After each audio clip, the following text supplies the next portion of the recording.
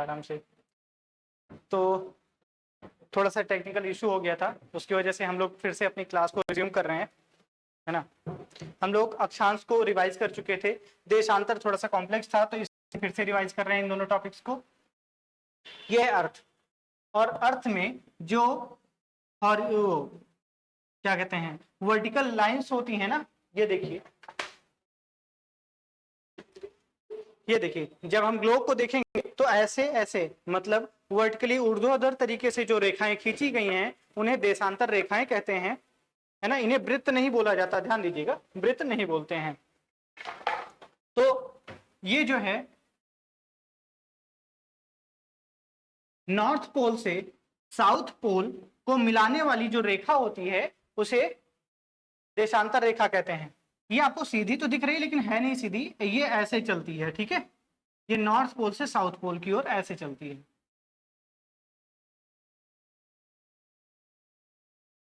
ऐसे ग्लोब देखेंगे या अपना मैप देखेंगे तो उसमें देखेंगे कि ऐसे ही लाइंस खींची हुई हैं, तो ये सब ये क्या होती है, देशांतर रेखाएं। देशांतर रेखाओं को अगर हम शाब्दिक रूप से समझेंगे तो क्या है कि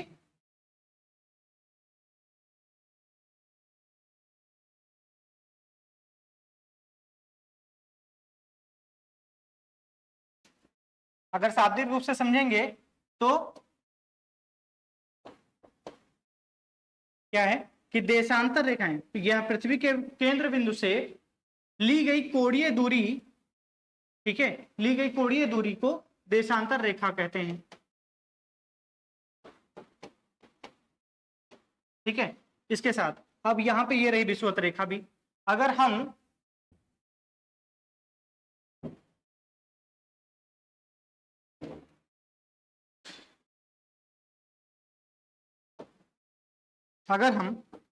ऐसे ही एक लाइन खींच दें, मतलब विषुवत रेखा बना दें, तो विषुवत रेखा और देशांतर के केंद्र बिंदु से जो कोणीय दूरी अगर किसी की बनाई जाती है, मान लीजिए यहां पर बनाया गया, अगर किस ऑस्ट्रेलिया का मान लीजिए हमें टाइम जोन निकालना है ना, तो हम देशांतर के माध्यम से निकालते हैं।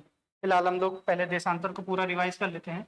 वो ये है कि देशांतर रेखाएं वेस्ट में और ईस्ट में अर्थ को डिवाइड करती हैं दो भागों में। अर्थ जो वेस्ट है में 180 देशांतर रेखाएं हैं, ईस्ट में भी 180 देशांतर रेखाएं हैं, तो टोटल कितनी देशांतर रेखाएं हो जाएंगी, 360, ठीक है, 360। और 360 अगर हम यहां पर देखेंगे 1 डिग्री बराबर कितने मिनट होते हैं, तो 4 मिनट, मतलब 15 डिग्री अगर अक्षांश 15 डिग्री में कितना होगा, 1 घंटा। अब थोड़ा सा इसको डिस्कस कर लेते हैं कि एक देशांतर मतलब जो 15 डिग्री एक एक डिग्री पर ऐसे खींचा गया है ना, तो 15 डिग्री में अर्थ कितना मूव करेगी, 1 घंटा। ये 1 घंटे में 1 घंटे में अर्थ कितना आगे बढ़ेगा, मूव करेगा देशांतर के हिसाब से, तो 15 डिग्री, ठीक है। तो अगर हम टाइम जोन निकालेंगे, टाइम जोन, या फिर अगर हम जानते हैं कि अर्थ कितने डिग्री पर है स्थित, 82.5 डिग्री पर, है ना। यहाँ पे इलाहाबाद का नैनी है, प्रयागराज का नैनी है, और ये 82.5 डिग्री पर स्थित है, डिग्री ईस्ट पर है, नॉर्थ ईस्ट में देखें तो, ठीक है, 82.5 डिग्री पर। तो इंडिया का टाइम जोन कितना होगा, इंडिया का टाइम जोन अगर हम 82.5 को मल्टीप्लाई कर देंगे 4 से तो कितना आ जाएगा, 330। यहां चूंकि 4 जो लिया था वो मिनट में था तो इसलिए 330 मिनट आ जाएगा। अगर 330 मिनट को घंटे में कन्वर्ट करेंगे तो कितना आ जाएगा, 5 घंटा 30 मिनट। मतलब भारत का जो टाइम जोन है वो 5.5 घंटा है। अब ये ध्यान दीजिएगा, 5.5 घंटा है का मतलब क्या हुआ कि जब अर्थ के में जो प्रधान देशांतर रेखा है ना, जो ग्रीनविच से गुजरती है, इसको 0 डिग्री कहते हैं, और 0 डिग्री के अगर ईस्ट में जाएंगे तो यहाँ पे टाइम को जोड़ा जाता है, और अगर हम वेस्ट में जाएंगे तो टाइम को घटाया जाएगा। अगर भारत का जो टाइम जोन है डिग्री कितना है, 82.5 डिग्री है, ईस्ट है। तो अगर 82.5 डिग्री का हमने निकाला था मिनट्स में या घंटे में, तो भारत यहाँ के टाइम जोन से, मतलब ग्रीनविच के टाइम जोन से, जगह से भारत 5.5 घंटे आगे होगा। ठीक है, 5.5 घंटे आगे होगा। तो मैं आपको एक तरह से प्रश्न के माध्यम से समझाता हूं। प्रश्न में पूछा जाएगा, यदि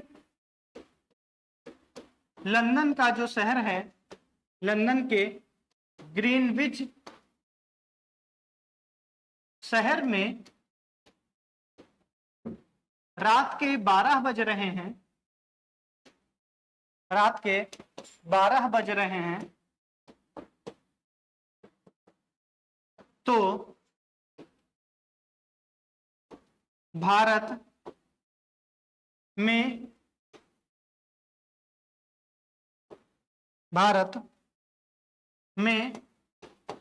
कितना बज रहा होगा?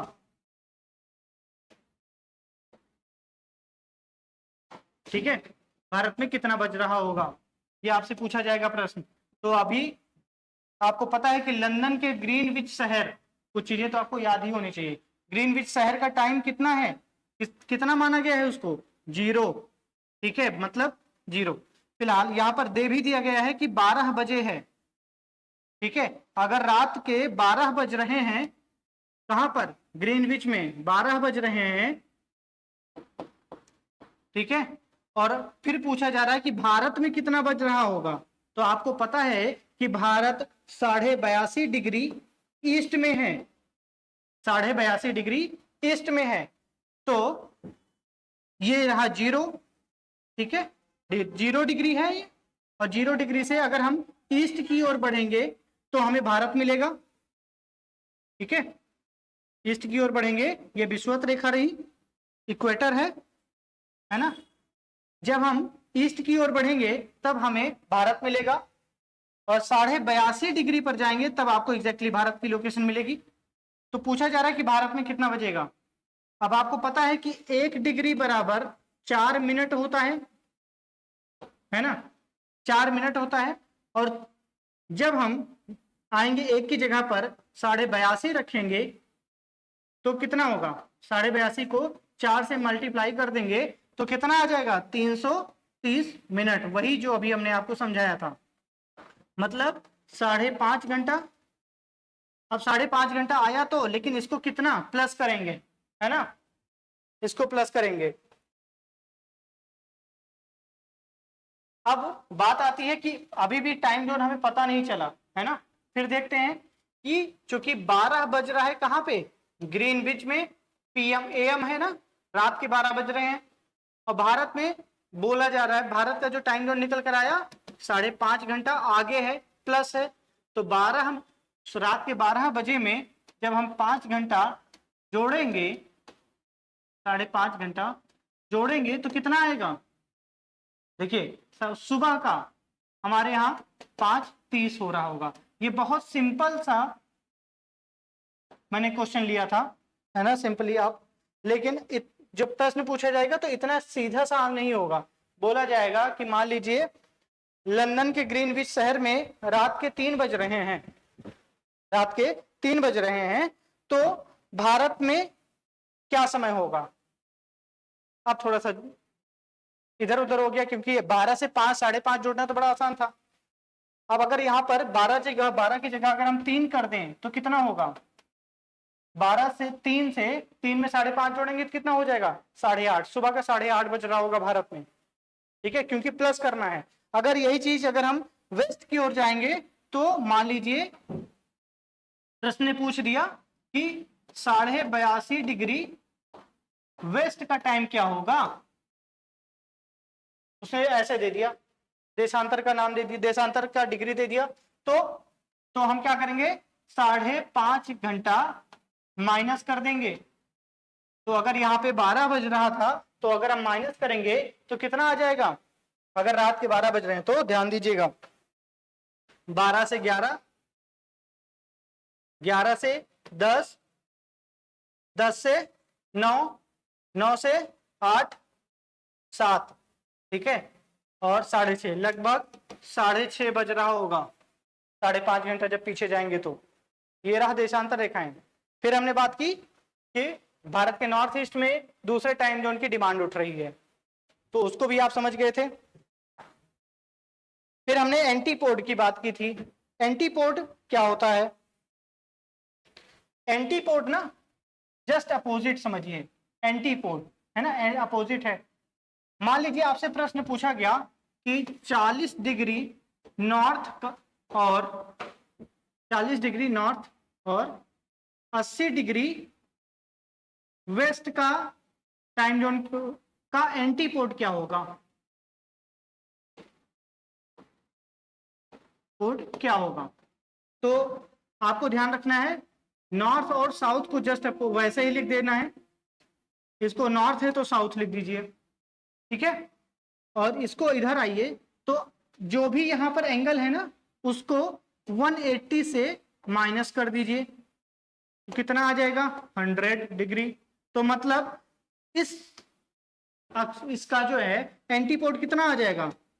40 डिग्री साउथ एंड 100 डिग्री, अगर यहाँ पे वेस्ट है तो यहाँ पे ईस्ट लिख दीजिए, ये हो गया, ये एंटीपोड है। तो चलिए हम लोग जियोमॉर्फोलॉजी की तरफ बढ़ते हैं अब इसके बाद, है ना। जियोमॉर्फोलॉजी, जियोमॉर्फोलॉजी को हम बोलते हैं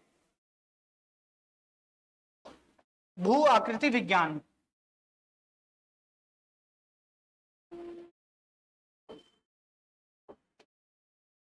भू आकृति विज्ञान।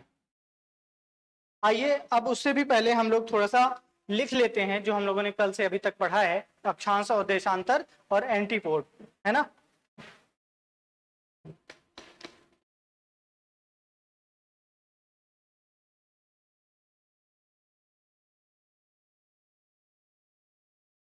लिखिएगा, पृथ्वी की सतह इतनी विशाल है कि, पृथ्वी की सतह इतनी विशाल है कि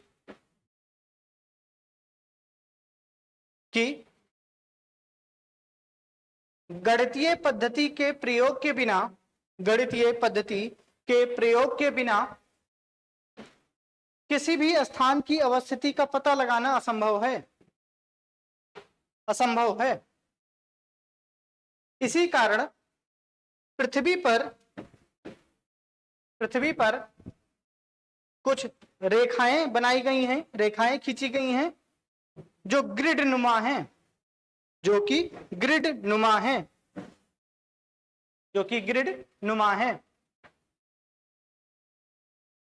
कुछ रेखाएं भूमध्य रेखा के समानांतर हैं, कुछ रेखाएं भूमध्य रेखा के समानांतर हैं, जबकि कुछ रेखाएं प्रधान यामोत्तर रेखा के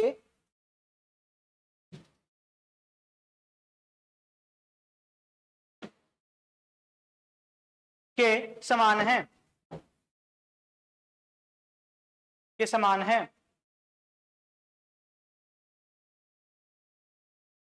लिखिएगा अक्षांश, लैटिट्यूड।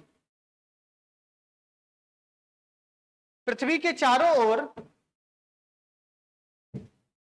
पृथ्वी के चारों ओर विषुवत रेखा के समानांतर, विषुवत रेखा के समानांतर खींची गई काल्पनिक रेखाओं को, खींची गई काल्पनिक रेखाओं को अक्षांश रेखाएं कहते हैं, अक्षांश रेखाएं कहते हैं। अथवा भूमध्य रेखा से, अथवा भूमध्य रेखा से एक समान कोणीय दूरी वाले स्थानों को, एक समान कोणीय दूरी, कोणीय दूरी वाले स्थानों को मिलाने वाली रेखा अक्षांश कहलाती है। वास्तव में यह ग्लोब पर रेखा न होकर एक वृत्त होती है, वृत्त होती है।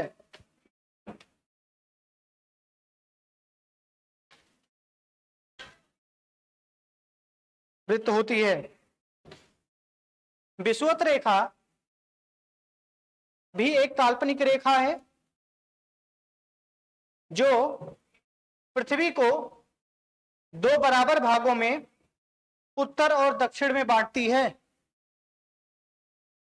उत्तर और दक्षिण में बांटती है। उत्तरी हिस्से को उत्तरी गोलार्ध और दक्षिणी हिस्से को दक्षिणी गोलार्ध के नाम से जानते हैं।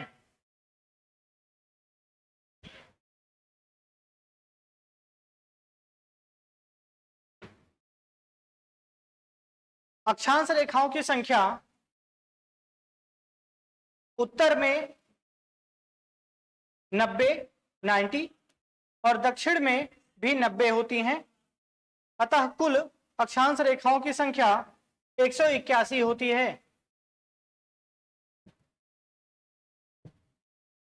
181 होती है। 181 रेखाओं में विषुवत रेखा को भी जोड़ा जाता है, जोड़ा जाता है। कुछ मुख्य, वैसे तो ये तो हम समझ चुके हैं ना, ये रुकिएगा एक मिनट। वैसे तो 181 अक्षांश रेखाएं हैं, लेकिन सभी को नहीं जानते हैं ना, तो कुछ मेजर अक्षांश रेखाएं हैं। तो लिखिएगा कि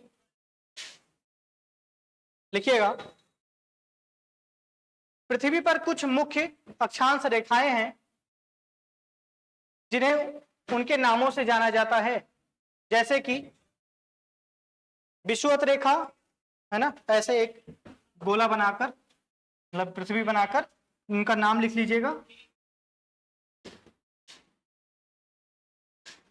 है ना। 0 डिग्री हो जाएगा ये 23.5 डिग्री नॉर्थ, ये 66.5 डिग्री नॉर्थ, और ये है north pole is equal to 90 degree. ठीक है, 90 डिग्री पर है ये।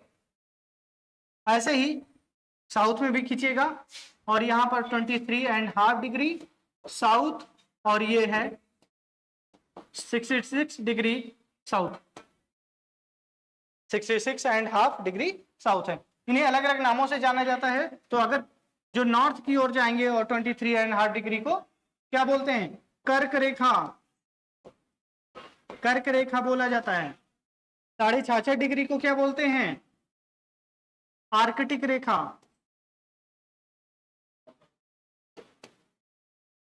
आर्कटिक रेखा। ठीक है, आर्कटिक रेखा। जब हम साउथ की ओर बढ़ेंगे तो इसे मकर रेखा के नाम से जानते हैं, मकर रेखा। और यही 66.5 डिग्री पर जाएंगे तो अंटार्कटिक रेखा।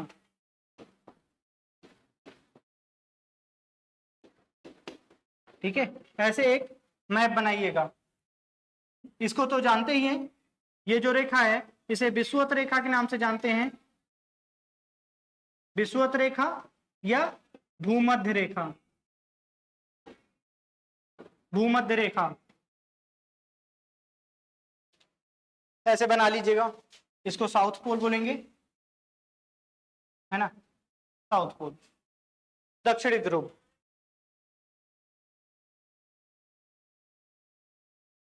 वैसे ज्योग्राफी में ना, अगर आप हिंदी में तो जानिए ही जानिए किसी टर्म को, लेकिन इंग्लिश में भी जान लीजिए, क्योंकि यूपीएससी के प्रीलिम्स में एक बार प्रश्न आया था कि उत्तरी, इंग्लिश में लिखा था उत्तरी, सॉरी, नॉर्थ पोल और साउथ पोल लिखा था, है ना, नॉर्थ पोल और साउथ पोल लिखा था।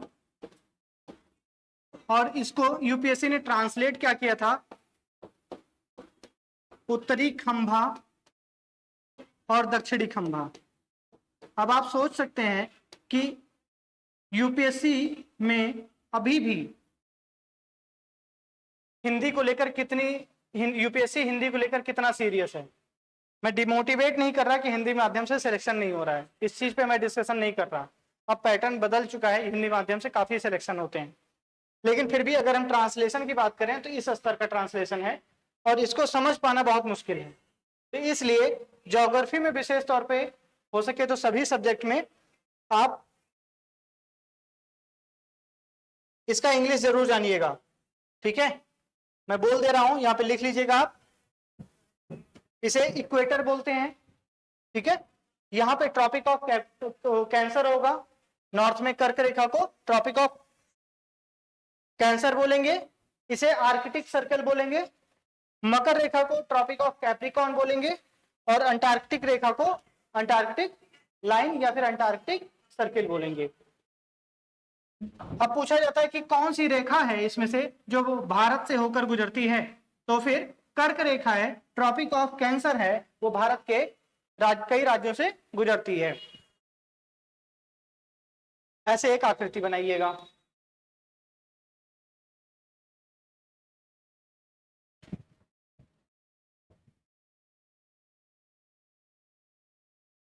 अगर अक्षांश लिख रहे हैं तो एक आकृति ऐसे और बनाइएगा, यहां पर ऐसे लिखिएगा, ये विषुवत रेखा 0 डिग्री, और यहां से जब कोई एंगल लिया जाएगा तो ये अक्षांश रेखाएं, तो समान अक्षांशों को मिलाने वाली रेखाओं, मिलाने वाली जो एक रेखा बनती है उसे अक्षांश रेखा कहते हैं, ठीक है। तो ऐसे ही बनाइएगा, ठीक है, और ये 23.5 डिग्री हो जाएगा। इसको ऐसे एक मैप, ये ऐसे एक चार्ट बनाइएगा।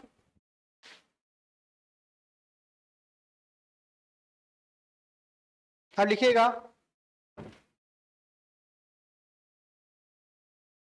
दो अक्षांशों के बीच की दूरी विषुवत रेखा पर 110 किलोमीटर होती है, जबकि ध्रुवों की ओर जो आखिरी दो अक्षांश रेखाएं हैं उनके बीच की दूरी 111 किलोमीटर हो जाती है। ऐसा पृथ्वी के विषुवतीय उभार और ध्रुवों पर चपटे होने के कारण होता है। अब देशांतर लिखिएगा, देशांतर हेडिंग डालिए, लिखिएगा ग्रीनविच रेखा से किसी स्थान की कोणीय दूरी को उस स्थान का देशांतर कहते हैं। अथवा जब उत्तरी ध्रुव को दक्षिणी ध्रुव से जोड़कर एक रेखा खींचते हैं तो उसे देशांतर रेखा कहते हैं, देशांतर रेखा कहते हैं। यह पृथ्वी को ऊर्ध्वाधर रूप से दो बराबर भागों में बांटती है।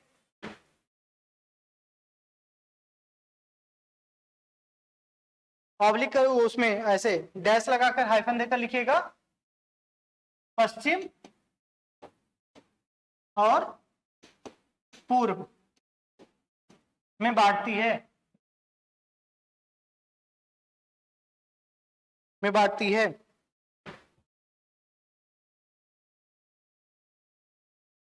देशांतर रेखाओं की लंबाई बराबर नहीं होती, बराबर होती है। देशांतर रेखाओं की लंबाई बराबर होती है, सभी देशांतर रेखाएं बराबर होती हैं आपस में, लेकिन ये समानांतर नहीं होती। ये रेखाएं उत्तरी और दक्षिणी ध्रुव पर जाकर एक बिंदु पर मिलती हैं।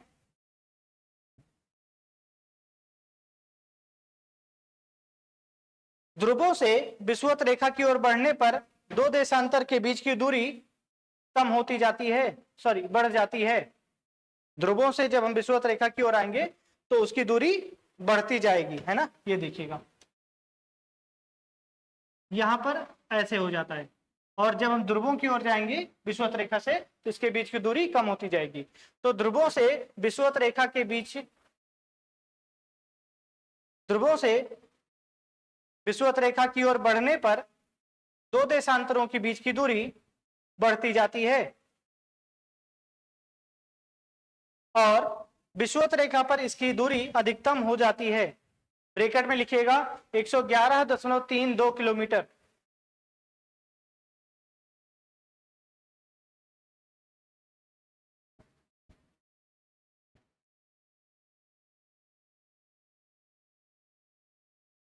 देशांतर रेखाओं के एक समान होने के कारण इसकी गणना में कठिनाई थी। अतः विश्व के सभी देशों ने मिलकर यह सहमति व्यक्त की कि ग्रीनविच, ब्रैकेट में लंदन लिखिएगा, ग्रीनविच ब्रैकेट में लंदन वेधशाला से गुजरने वाली देशांतर रेखा को हम प्रधान यामोत्तर मानेंगे और इस देशांतर का मान 0 डिग्री मान लिया गया। 0 डिग्री मान लिया गया।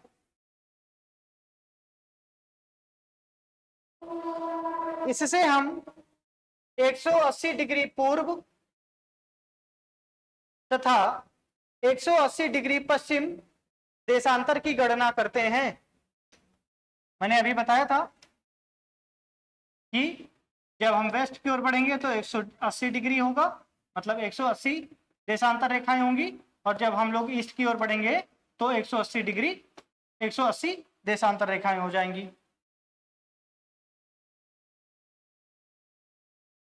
ठीक है, इसी की बात कर रहे हैं। प्रधान मध्याह्न रेखा की बाईं ओर की रेखा पश्चिमी देशांतर और दाहिनी ओर की रेखा दक्षिण पूर्वी देशांतर कहलाती है। ये क्रमशः पश्चिमी गोलार्ध तथा पूर्वी गोलार्ध कहलाते हैं।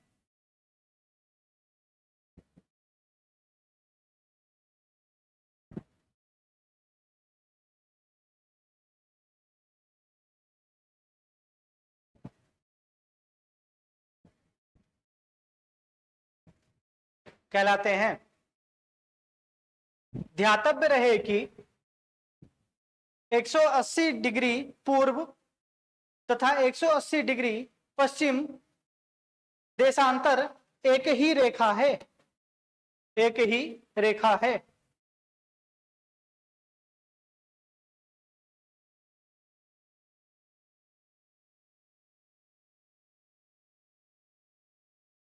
हेडिंग डालिएगा, देशांतर एवं समय, देशांतर एवं समय। पृथ्वी अपने अक्ष पर एक चक्कर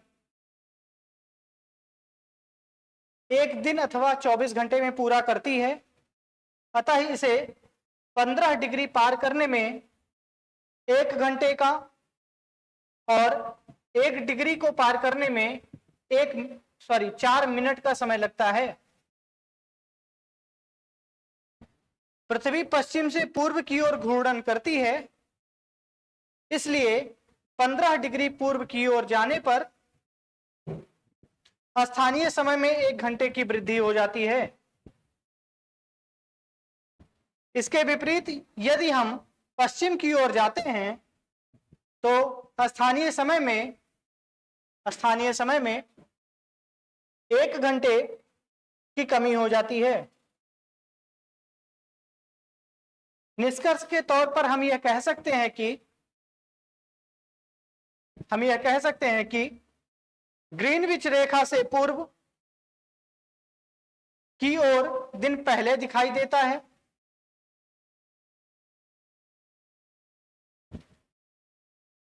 तथा समय की बचत भी होती है, जबकि ग्रीनविच रेखा से पश्चिम की ओर जाने पर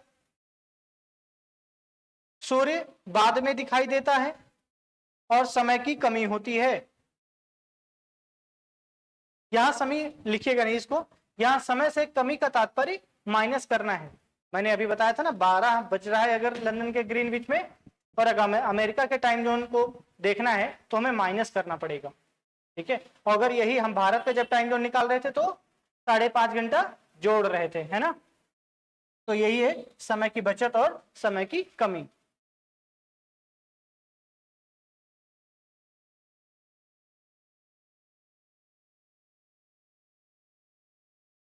अब अगली हेडिंग डालिएगा, अंतरराष्ट्रीय तिथि, अंतरराष्ट्रीय तिथि रेखा, अंतरराष्ट्रीय तिथि रेखा।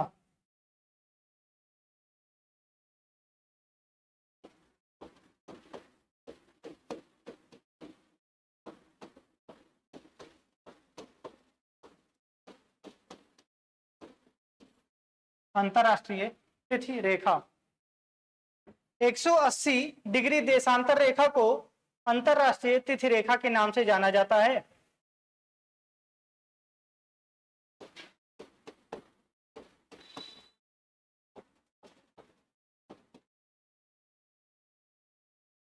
अंतरराष्ट्रीय तिथि रेखा के नाम से जाना जाता है। साइबेरिया को विभाजित होने से बचाने तथा साइबेरिया को अलास्का से अलग रखने के लिए इस रेखा को 75 डिग्री अक्षांश, या रुकिएगा, अलग रखने के लिए इस रेखा को 75 डिग्री उत्तरी अक्षांश, 75 डिग्री उत्तरी अक्षांश पर पूर्व की ओर मोड़ दिया जाता है। इसके अतिरिक्त बेरिंग सागर में इस रेखा को पश्चिम की ओर मोड़ दिया जाता है, पश्चिम की ओर मोड़ दिया जाता है। फिजी द्वीप समूह एवं न्यूजीलैंड के अलग अलग भागों को एक समूह में रखने के लिए इस रेखा को दक्षिणी प्रशांत महासागर में पूर्व की ओर मोड़ा जाता है। यहां पर ध्यान दीजिएगा, जो 180 डिग्री देशांतर होगा, ये देखिए, जब आप अपने मैप में देखेंगे या ग्लोब में भी देखेंगे ना, तो आपको यहाँ पर जो अंतरराष्ट्रीय तिथि रेखा है वो काफी मुड़ी हुई दिखाई देगी। तो वही मैंने आपको बताया है ना। इसको फैक्ट है, आपको लिख लेना चाहिए इसको और अच्छे से याद कर लीजिएगा, प्रश्न यहाँ से कई बार बना है।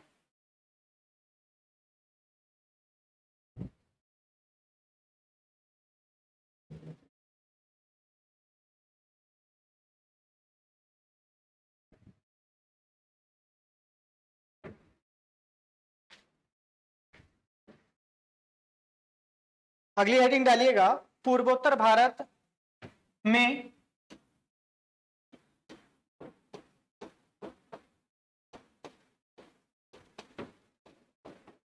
एक अलग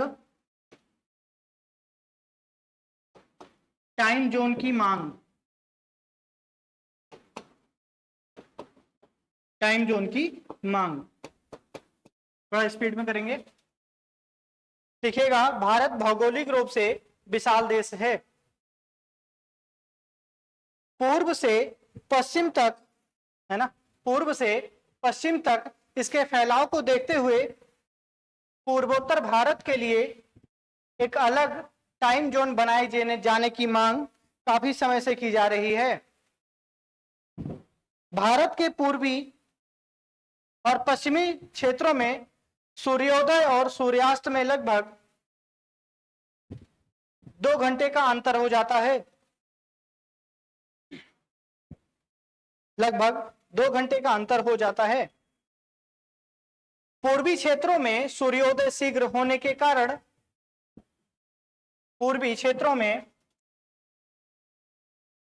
सूर्योदय शीघ्र होने के कारण वहां अलग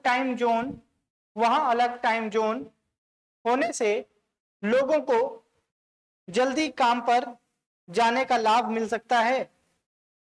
इससे उत्पादकता में भी सकारात्मक असर दिखाई दे सकता है। साथ ही इसका सबसे बड़ा फायदा ऊर्जा बचत के रूप में होगा।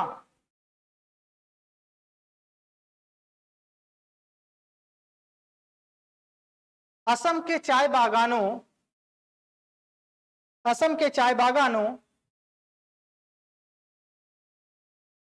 में अंग्रेजी शासनकाल के दौरान सुबह 8 बजे से काम शुरू होने की परंपरा रही है, जो कि अब तक कायम है, कायम है। इसे आज भी बागान टाइम कहा जाता है, इसे आज भी बागान टाइम कहा जाता है, बागान टाइम कहा जाता है।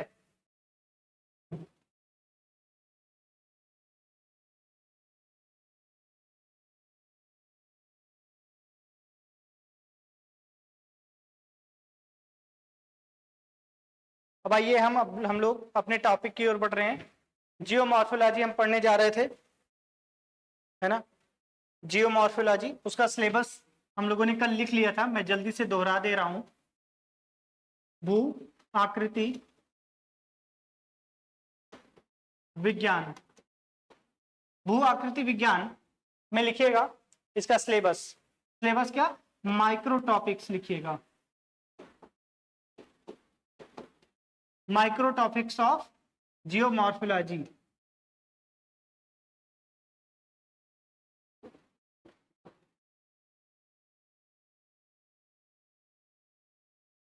Morphology, micro topics of geomorphology, ठीक है। लिखिएगा पहला जो टॉपिक इसमें हम लोग पढ़ेंगे, है ना, कुल 11 टॉपिक्स हैं जो हमें पढ़ने हैं इसमें। पहला लिखिएगा भूकंपीय तरंगे, भूकंपीय तरंगे। दूसरा लिखिएगा पृथ्वी की आंतरिक संरचना, पृथ्वी की आंतरिक संरचना, पृथ्वी की आंतरिक संरचना। तीसरा लिखिएगा भूगर्भिक समय सारणी, भूगर्भिक समय सारणी, भूगर्भिक समय सारणी। इसके बाद लिखिएगा अगला पॉइंट, पांचवा, स्थलाकृति विकास नियंत्रक, स्थलाकृति विकास नियंत्रक कारक। हाइफन देकर लिखिएगा अंतर्जात या बहिर्जात शक्तियां, अंतर्जात या बहिर्जात शक्तियां। अगला टॉपिक लिखिएगा समुद्री नितल प्रसार सिद्धांत, समुद्री नितल प्रसार सिद्धांत। अगला लिखिएगा महाद्वीपीय विस्थापन सिद्धांत, महाद्वीपीय विस्थापन सिद्धांत। इसी को तुरंत ऑब्लिक करके लिखिएगा continental drift theory, continental drift theory. बहुत बार यहां से प्रीलिम्स और मेंस में प्रश्न बने हैं, कॉन्टिनेंटल ड्रिफ्ट थ्योरी। अगला लिखिएगा प्लेट टेक्टोनिक थ्योरी या प्लेट विवर्तनिकी सिद्धांत, प्लेट विवर्तनिकी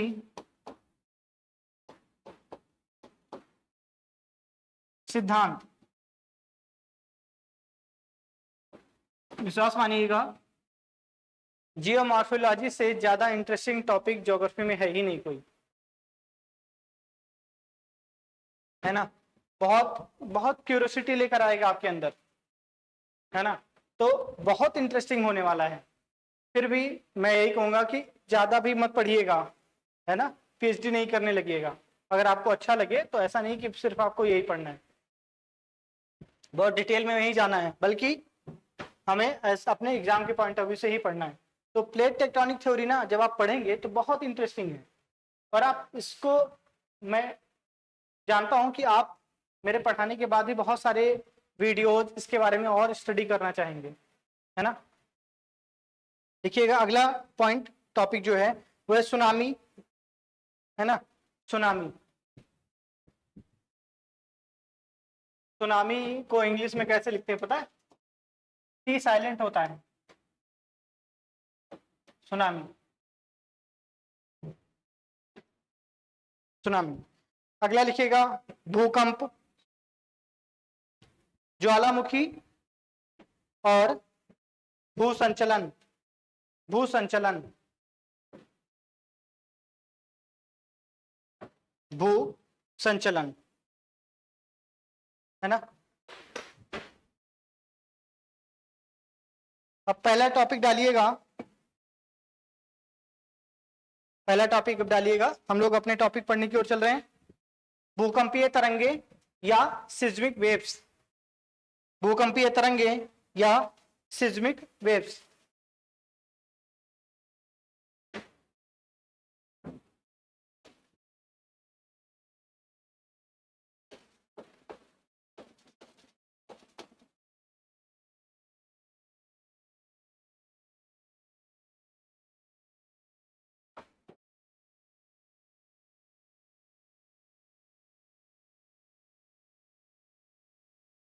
भूकंपीय तरंगे, है ना। मैं आपको पहले ब्रीफ इंट्रोडक्शन दे देता हूं, और 2 मिनट रुक के मैं थोड़ा सा पानी पी लूं।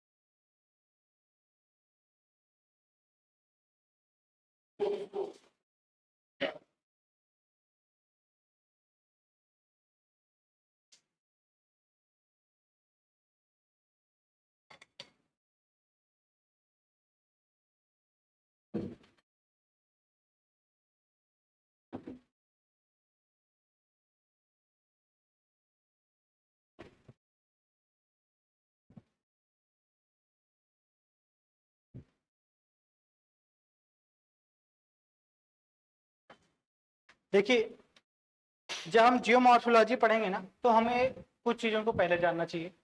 जैसे कि जो पृथ्वी है ना, हम उसके बाहरी क्षेत्रों, जैसे कि हम स्पेस में, या फिर उसके एटमॉस्फेयर के बारे में हो अर्थ के, या फिर दूसरे ग्रहों के बारे में जानकारी रखना हो, दूसरे ग्रह पर हम अगर पहुंचने की बात करें तब भी हम पहुंच चुके हैं। चंद्रमा पर पहुंचने की बात करें, वहां भी पहुंच चुके हैं। अभी हमने चंद्रयान-3 लॉन्च किया है सॉफ्ट लैंडिंग के लिए, सॉफ्ट लैंडिंग करके वहां पर रिसर्च करने के लिए चंद्रमा पर। तो हमने अर्थ के बाहर काफी सारे एक्सप्लोरेशंस किए हैं, लेकिन अभी जो हमारी जो अर्थ है ना, अभी हम इसको ही बहुत, इसके अंदर नहीं बहुत पहुंच चुके हैं। हम इसके बारे में कुछ नहीं जानते, इसके अंदर क्या है कैसे है, अभी हम बहुत प्रमाणिक तौर पर नहीं कह सकते, है ना। इसके बारे में अभी बहुत कुछ बाकी है जानना। अभी इसका हम लोग लगभग 1% या 1% कम, 1% से थोड़ा कम भी जानते हैं, है ना। इतना एक्सप्लोरेशन करना बाकी है। तो जियोमॉर्फोलॉजी क्या है कि पृथ्वी के अंदर जो भी पृथ्वी की संरचना है ना, पृथ्वी की संरचना को कैसे जाना जाए, पर्वत कैसे बनते हैं, इसके अंदर कौन कौन सी शक्तियां हैं, मतलब कि कौन कौन से फोर्सेस हैं जो अर्थ के अंदर काम कर रहे हैं, ये जो लोहा है, निकल है, या फिर जो भी खनिज हैं वो पृथ्वी के अंदर हैं तो किस अवस्था में हैं, कैसे हैं, है ना। इन सब के बारे में जानकारी मिलेगी। तो जियोमॉर्फोलॉजी में हम पढ़ते हैं कि अर्थ के बारे में हम लोग कुछ प्रत्यक्ष स्रोत हैं जिनके बारे में हमें पता चलता है कि पृथ्वी का आंतरिक हिस्सा कैसा है, और कुछ अप्रत्यक्ष स्रोत हैं जिनसे हमें पता चलता है कि अर्थ का अंदर का स्ट्रक्चर कैसा है। अगर हम प्रत्यक्ष स्रोतों की बात करें, तो अगर हम लोग खुदाई करते हैं ना पृथ्वी की, तब पता चलता है कि हाँ पृथ्वी का आंतरिक हिस्सा कैसा है, वहां टेम्परेचर ज्यादा है कि कम है, वहां पे खनन सॉरी दाब, प्रेशर बढ़ रहा है कि घट रहा है ना। तो इस तरीके से हमें पता चलता है कि प्रत्यक्ष स्रोतों से देखा जाए तो हमें पता चलेगा कि उसमें खनन आएगा, और उसके अलावा ज्वालामुखी की जो क्रिया होती है उससे भी पता चलता है कि पृथ्वी के आंतरिक क्षेत्रों में या पृथ्वी के भूगर्भ में क्या है, कौन से खनिज हैं, कौन से खनिज हैं, वहां पे चट्टानें कैसी हैं, है ना, वहां पे टेम्परेचर कैसा है, वहां पे दबाव कैसा है, इन सब के बारे में पता चलता है। ज्वालामुखी क्रिया में क्या होता है, ज्वालामुखी क्रिया में नीचे का जो मैग्मा होता है, अर्थ के नीचे जो मैग्मा है वो पृथ्वी की सतह पर आता है, सतह के ऊपर आ जाता है और उसे ही ज्वालामुखी क्रिया कहते हैं। पृथ्वी की सतह के ऊपर आने के बाद मैग्मा को लावा बोला जाता है, ये आपको पता ही है। तो उन्हीं लावाओं के माध्यम से बहुत सारे खनिज पृथ्वी के ऊपर आ जाते हैं, बहुत सारी चट्टानें जो हैं वो लावा के साथ ऊपर आ जाती हैं, जिनके अध्ययन के बाद जो विशेषज्ञ हैं वो बताते हैं इसके कुछ कि पृथ्वी के अंदर कौन से खनिज हैं, उनका टेम्परेचर क्या है, उनका दबाव कितना है, इन सब के बारे में बताते हैं। इसके अलावा हालांकि ये बहुत ही लिमिटेड है, बहुत सीमित है और इससे बहुत ज्यादा अध्ययन नहीं किया जाए, इससे बहुत ज्यादा हमें पता कुछ नहीं चला है, हम ज्यादा अध्ययन नहीं कर पाए हैं इसके बारे में कि पृथ्वी का इनर स्ट्रक्चर कैसा है। तो कुछ अप्रत्यक्ष स्रोत भी हैं, उन अप्रत्यक्ष स्रोतों को ही भूकंपीय तरंगे भी कहते हैं। ये तरंगे हमें पृथ्वी के अंदर के स्ट्रक्चर के बारे में बताती हैं, आंतरिक संरचना के बारे में बताती हैं और बताती हैं कि कहाँ पर ठोस है कि द्रव है, गैस है, किस अवस्था में है, वहां का टेम्परेचर क्या होगा, वहां का दबाव कितना होगा, इसके बारे में बताती हैं। तो भूकंपीय तरंगों के बारे में अगर हम बात करें तो भूकंपीय तरंगे जो हैं वो भूकंप के नाभिक से उत्पन्न होती हैं और भूकंप जो है वो पृथ्वी की आंतरिक हलचलों के कारण या पृथ्वी के अंदर बहुत सारी शक्तियां हैं उनके कारण भूकंप की उत्पत्ति होती है। हम एक वीडियो के माध्यम से देखते हैं कि वो कौन सी शक्तियां हैं जो पृथ्वी के अंदर हैं जिनसे भूकंपीय तरंगे उत्पन्न होती हैं।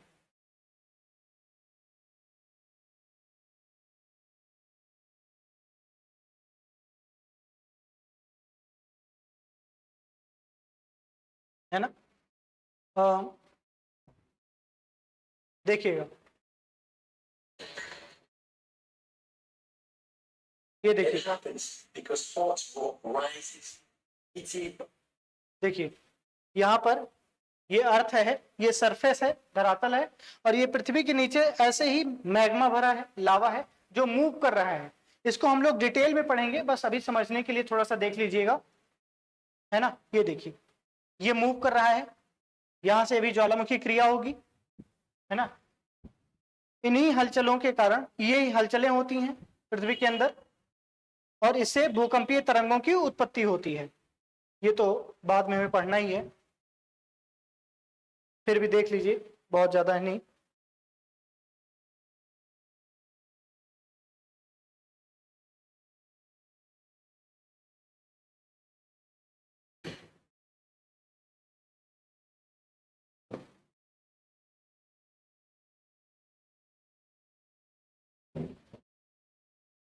Spreads in two directions and goes sideways.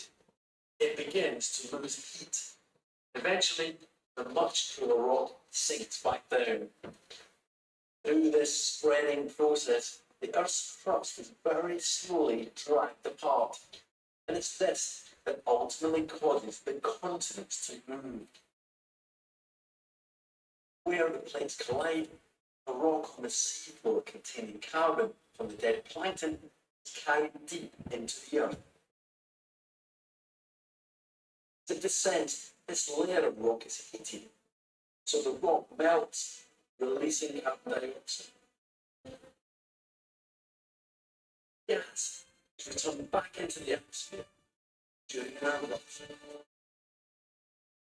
ये लावा निकल रहा है,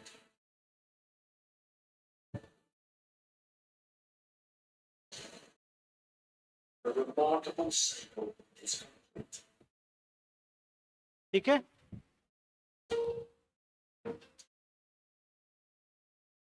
तो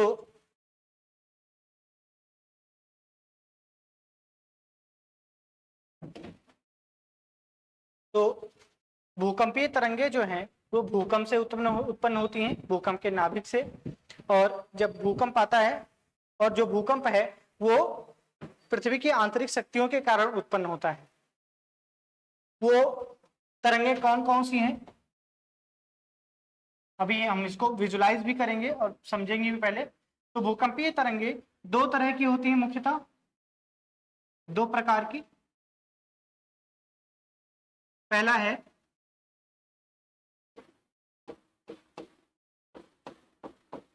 शारीरिक, इसे शरीर भी कह सकते हैं, है ना, तरंगे।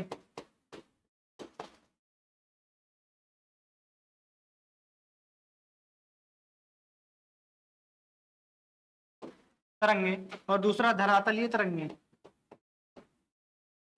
धरातलीय तरंगे, धरातलीय तरंगे। अब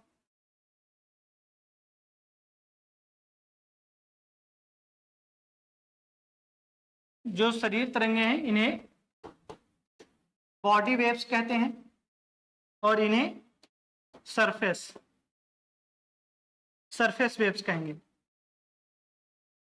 शरीर तरंगे और धरातलीय तरंगे। अब शरीर तरंगों में भी दो रूप देखा जाता है, एक पी वेव्स होती हैं, पी तरंगे, और एक एस वेव्स होती हैं,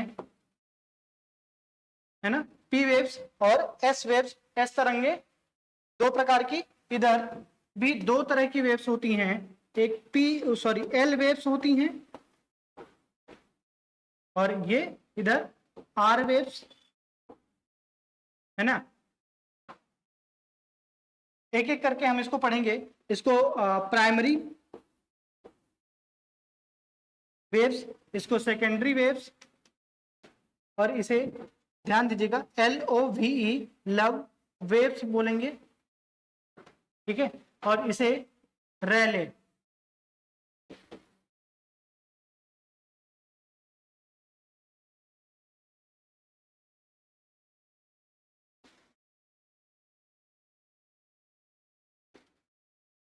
रैले वेव्स, है ना।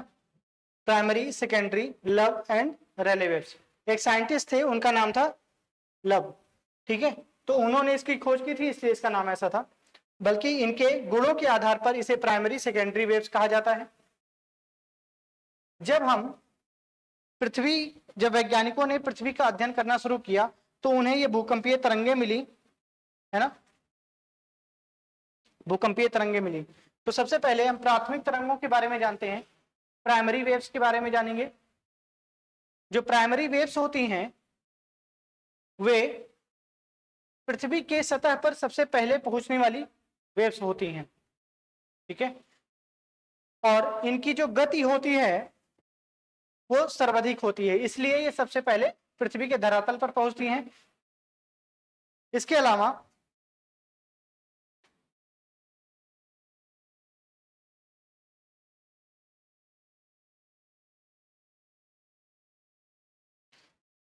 ये प्राथमिक वेव्स होती हैं क्योंकि ये पृथ्वी के सतह पर सबसे पहले पहुंचती हैं। इसके अलावा इसकी जो सामान्य गति होती है वो 6.8 से 13.6 किलोमीटर प्रति सेकंड होती है। मतलब 6 से 13 किलोमीटर प्रति सेकंड की गति से जो प्राथमिक वेव्स हैं वो चलती हैं।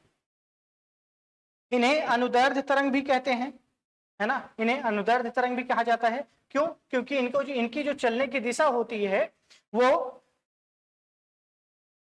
तरंगों की गति की दिशा के समानांतर होती है, ठीक है। अभी हम इसको विजुलाइज भी करेंगे एक वीडियो के माध्यम से, तब आप इसको बेहतर समझ पाएंगे। जो ये तरंगे होती हैं ये संपीड़न करती हुई चलती हैं, है ना, आगे पीछे ऐसे करके जो संपीड़न होता है इनका, तोड़ते हुए चलती हैं किसी चीज को। सबसे मुख्य विशेषता जो हमें जानना है भूकंपीय तरंगों के बारे में, जहां से प्रश्न बनता है कि इन वेव्स में से कौन सी वेव्स जो है, तरंगे जो हैं, वो पदार्थ की तीनों अवस्थाओं से होकर जा सकती हैं। तो पी वेव्स जो है वो पदार्थ के तीनों अवस्थाओं जैसे कि ठोस, द्रव और गैस तीनों से होकर संचलित हो सकती है, ठीक है। इसका संचरण तीनों से होता है। तो ये सबसे महत्वपूर्ण फैक्टर इसका यही है, ठीक है। भूकंपीय तरंगों में अगर हम देखें सेकेंडरी वेव्स को, एस वेव्स को देखेंगे तो यह द्वितीयक तरंगे होती हैं क्योंकि इन्हें गौड़ तरंगे भी कहा जाता है। ये पृथ्वी पर पी वेव्स के बाद पहुंचती हैं, पृथ्वी की सतह पर पी वेव्स के बाद पहुंचने वाली ये तरंगे होती हैं, इसलिए इन्हें द्वितीयक तरंगे या गौड़ तरंगे भी कहा जाता है। इनकी जो स्पीड है वो 4 से 7 किलोमीटर प्रति सेकंड होती है, 4 से 7 किलोमीटर प्रति सेकंड होती है। और इनकी सबसे मुख्य विशेषता यह है कि ये सिर्फ और सिर्फ ठोस से होकर संचलित हो सकती हैं। इनका संचरण सिर्फ ठोस से हो सकता है, मतलब ये द्रव और गैस से होकर संचरण इनका नहीं होता है। ठीक है, ये मुख्य विशेषता है एस वेव्स की जो प्रश्नों में पूछा गया है। इसके अलावा जब हम धरातलीय तरंगों की ओर बढ़ेंगे तो जो लव वेव्स हैं, धरातलीय तरंगे जो है ना वो सबसे विनाशकारी होती हैं, आपको पता है, क्योंकि ये अर्थ के सरफेस पर चलती हैं और अर्थ के सरफेस पे अगर कोई भी तरंग चल रही है तो अर्थ के सरफेस पर, इस पृथ्वी पर जो भी निर्माण हुआ है, घर बने होंगे, है ना, कोई भी पहाड़ होगा, पर्वत होगा, वो सब टूटेगा फूटेगा, उससे मानवीय क्षति हो सकती है, जीवों की क्षति हो सकती है, पर्यावरणीय क्षति हो सकती है। तो ये सब धरातलीय वेव्स के कारण होता है, क्योंकि ये दीर्घ तरंगे होती हैं। धरातलीय तरंगे दीर्घ तरंगे होती हैं जो पृथ्वी की सतह या धरातल से होकर संचरण करती हैं। ये पी और एस वेव्स के बाद पृथ्वी पर पहुंचती हैं, धरातल पर पहुंचती हैं। इनकी जो गति है वो 1 से 3 किलोमीटर प्रति सेकंड होती है। इनकी जो गति है वो 1 से 3 किलोमीटर प्रति सेकंड होती है, प्रति सेकंड होती है। ठीक है, एल वेव्स इसमें सबसे खतरनाक होती है ना। जो मुख्य है, आइए उसको देख लेते हैं थोड़ा सा वीडियो के माध्यम से, आपको और भी पता चलेगा। अभी हम लोग इस टॉपिक को नहीं खत्म कर रहे हैं, अभी और इसमें बहुत कुछ बचा हुआ है।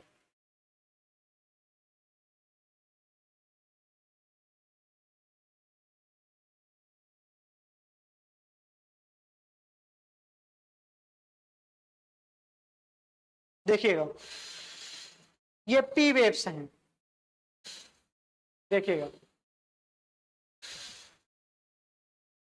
ये आगे की ओर ढकेलते हैं, इसे पी वेव्स बोलेंगे। अब ये जो इन्होंने किया ये एस वेव्स हैं, है ना, ये अनुप्रस्थ तरंगे हैं। ठीक है, अब एक और वीडियो के माध्यम से और थोड़ा सा विजुलाइज करते हैं। अब देखिए, ये देखिए, यहां से मान लीजिए मैंने यहां से स्टार्ट किया था कि कोई जो वेव्स हैं वो अर्थ के किसी एक क्षेत्र से निकलती हैं, है ना। तो जो अर्थ के होता क्या है एक्चुअली कि मान लीजिए ये अर्थ है,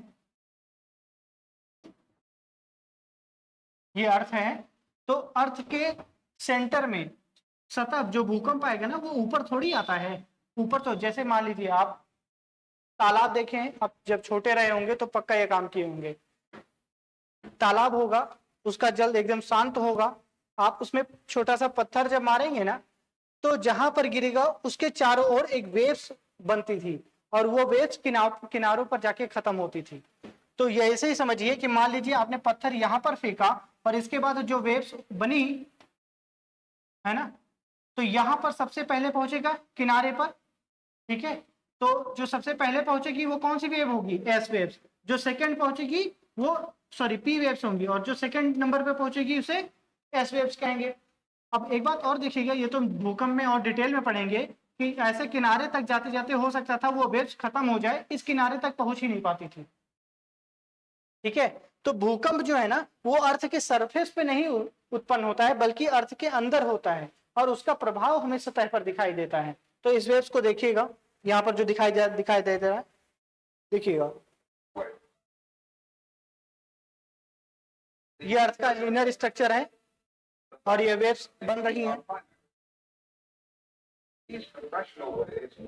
अब ये डायरेक्शन अभी हम समझेंगे ऐसा क्यों हो रहा है।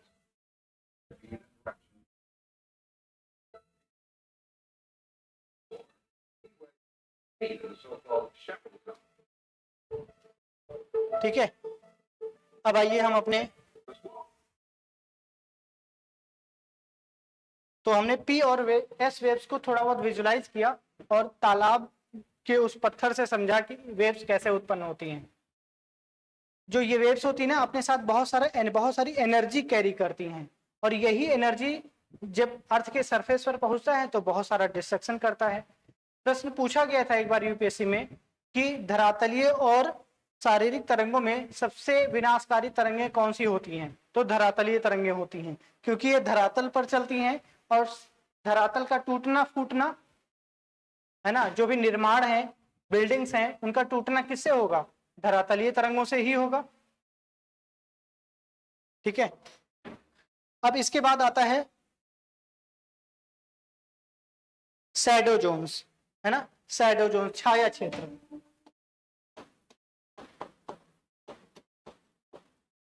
छाया क्षेत्र क्या होता है, ये इनकम्प्लीट है।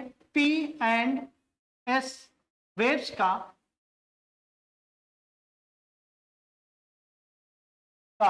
छाया क्षेत्र, पी और एस तरंगों का छाया क्षेत्र कहा जाता है इसको। पी और एस तरंगों के छाया क्षेत्र का मतलब क्या होता है,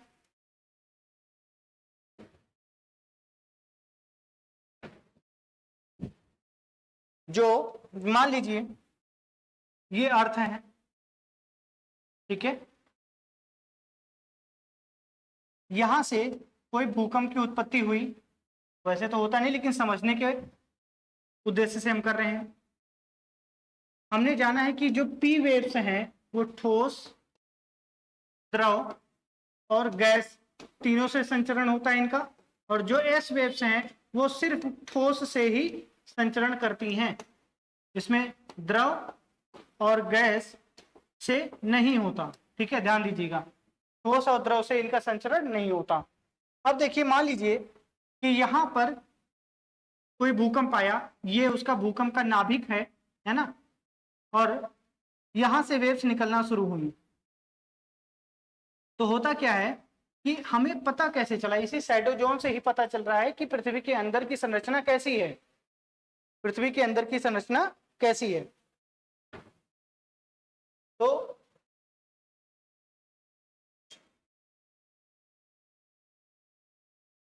देखिएगा, यहां पर इससे पहले थोड़ा सा मैं और आपको एक चीज समझा दूं, है ना, ऐसे ये अर्थ का मान लीजिए एक पार्ट हमने यहां से निकाल लिया और उसको हम यहां पर लेकर आते हैं, रिफ्लेक्ट करते हैं, तो देखिएगा जो अर्थ है ना उसको हमने थोड़ा सा ऐसे काट के निकाला, यहाँ ये रेडियस है कितना 36371 और ये 0 किलोमीटर है, ये अर्थ का सरफेस है और ये अर्थ का कोर है।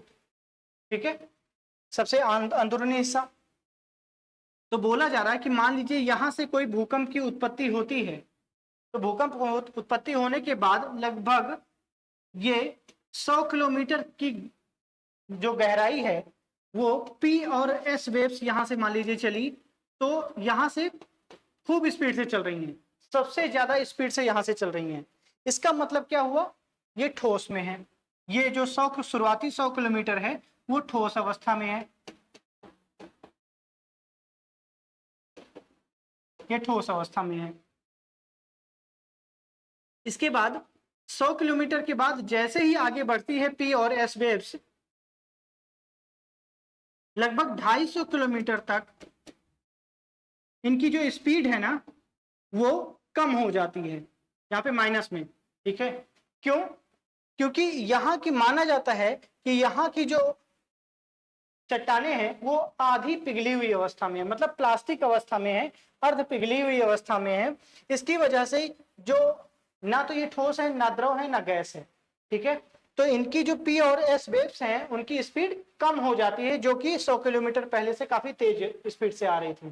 तो 250 किलोमीटर तक ये काफी धीमी गति से संचरण करती हैं, और जैसे ही 250 किलोमीटर के बाद ये आगे बढ़ती हैं तो फिर से इनकी स्पीड बढ़ जाती है, इनकी गति में बढ़ोतरी देखी जाती है, प्लस हो जाएगा, और लगभग 2900 किलोमीटर, है ना, 2900 किलोमीटर की गहराई तक ये दोनों साथ साथ चलती हैं, और पी वेव्स आई, ठीक है, यहां तक एस वेव्स भी आ रही है,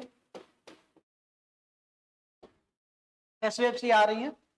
होगा क्या कि पता चलता है कि जो एस वेव्स है ना वो 2900 किलोमीटर के बाद विलुप्त हो जाती है। ठीक है, विलुप्त हो जाती है, लेकिन 2900 किलोमीटर के बाद अगले मतलब जहां पे 5500 किलोमीटर तक जैसे ही पहुंचती हैं, पी वेव्स जो है वो काफी धीमी गति से आगे बढ़ती है। ठीक है, इसको फिर से एक्सप्लेन करेंगे हम लोग। 5500 किलोमीटर तक पहुंचने के बाद जो पी की स्पीड है वो फिर से बढ़ जाती है, मतलब जहां कोर है वहां पे स्पीड काफी बढ़ जाती है। लेकिन एस वेव्स जो हैं वो यहाँ पर खत्म हो जाती हैं, है ना। एस वेव्स 2900 किलोमीटर के बाद नहीं चलती। इसका क्या मतलब हुआ? इसका मतलब ये हुआ कि पृथ्वी का जो ऊपरी 100 किलोमीटर हिस्सा है वो ठोस अवस्था में है, जहां पे दोनों तरंगों की गति सबसे तीव्र होती है। उसके बाद अगले 250 किलोमीटर से 250 किलोमीटर का जो एरिया है वो अर्ध पिघली हुई अवस्था में है, जिसे दुर्बल मंडल कहा जाता है।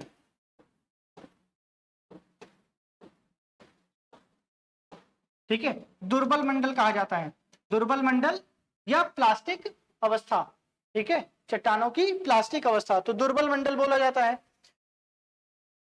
250 किलोमीटर के बाद अगले 2900 किलोमीटर की गहराई तक पी और एस वेव्स की जो गति है वो काफी तीव्र हो जाती है।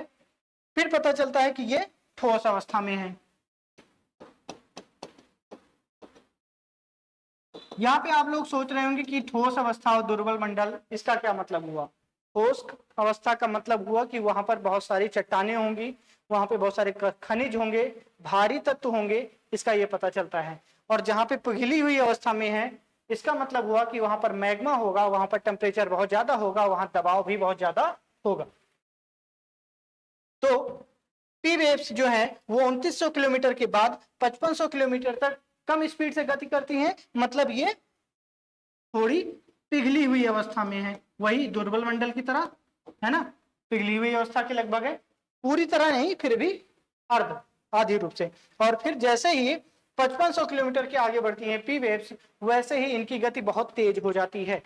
इसका मतलब पृथ्वी के कोर में बहुत भारी चट्टाने हैं, भारी का मतलब मजबूत चट्टाने हैं, जैसे पृथ्वी के ऊपरी हिस्से में है, उसी तरीके से पृथ्वी के आंतरिक हिस्सों में भी काफी पिघली, काफी ठोस चट्टाने पाई जाती हैं। तो इस तरीके से हम लोग फिर से एक चित्र बनाते हैं, है ना, और उसके माध्यम से जल्दी से फिर से इसको समझने का प्रयास करते हैं।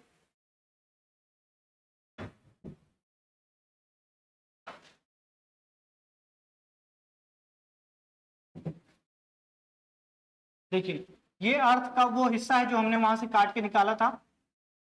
पी और एस वेव्स जो हैं वो यहां से संचरण करती हैं, है ना।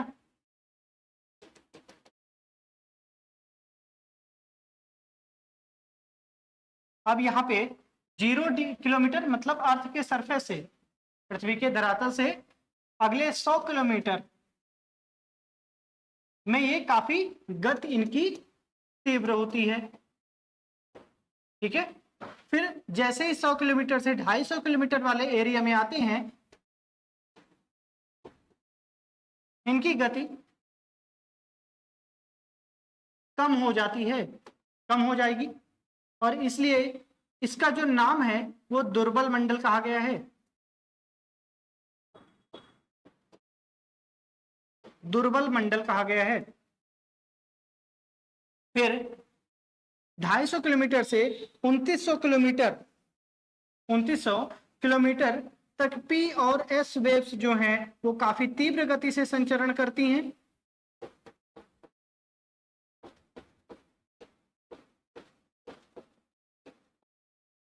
तीव्र गति से संचरण करती हैं, और ये रहा 2900 किलोमीटर का एरिया। और फिर यहां से एस वेव्स जो है ना वो पूरी तरीके से देखिए यहां से निकल जा रही हैं, ठीक है, रिफ्लेक्ट हो जा रहा है, और यहां से अब एस वेव्स जो है वो नहीं दिखाई देंगे। आगे का जो रास्ता है वो पी वेव्स जो है वो अकेले तय करेगा। 5500 किलोमीटर तक पहुंचने के बाद ये काफी कम होगी स्पीड, है ना, गति कम होगी, और 5500 से 6371 जो कोर है उसका पृथ्वी का, वहां पे काफी तीव्र गति से संचरण होगा।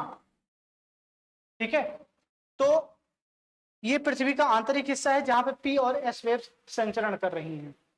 अब यहां से हमें समझना क्या था?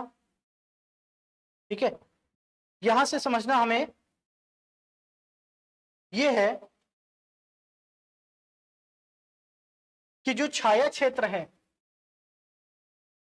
ना, अब हम इसको लेकर आते हैं यहां पर, और पी मान लीजिए यहां से भूकंप की उत्पत्ति हुई जैसे यहां पर हो रही थी, ठीक है। पी और एस वेव्स दोनों यहां से निकलेंगी, और जैसे यहां पर ये मान लीजिए क्रोड है पृथ्वी का, ये वाला हिस्सा यहां पर बना है, ये मान लिया। जब ये कौन सा एरिया है, वो ये है 2900 किलोमीटर वाला एरिया। तो पी और एस वेव्स यहां से चलेंगी, ठीक है, ऐसे पी वेव्स यहां से चली। अब जब एस वेव्स यहां से चल रही है तो यहां से तो चली ठीक है, लेकिन जैसे ही ये 2900 किलोमीटर वाले के बाद के एरिया में जाएगी, मतलब क्या हुआ, यहां पर खत्म क्यों हो जा रही है एस वेव्स, क्वेश्चन मार्क यहां पर ये है, क्योंकि यहां पे चट्टाने तरल अवस्था में है ना, तरल अवस्था में होंगी, और तरल अवस्था में होने के कारण पी एस वेव्स जो है वो तरल अवस्था में संचरण नहीं करती हैं। सिर्फ पी वेव्स जो है वो ठोस, द्रव, गैस तीनों से चल सकती है, और जो ये सेकेंडरी है एस वेव्स हैं वो सिर्फ और सिर्फ सॉलिड से या ठोस से ही संचरण कर सकती हैं। तो जहां तक ठोस रहा वहां तक एस वेव्स चली, और उसके बाद वो विलुप्त हो गई।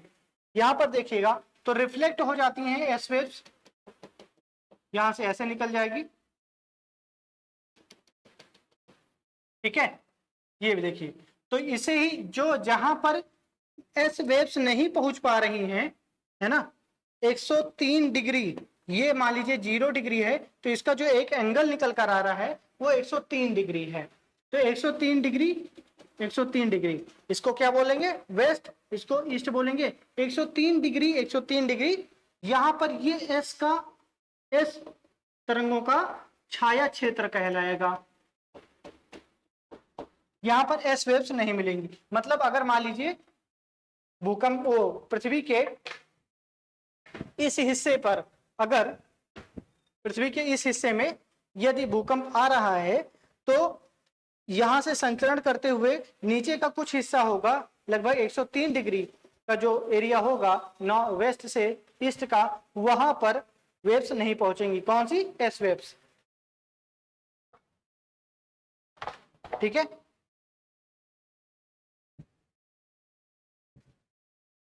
अब बात आती है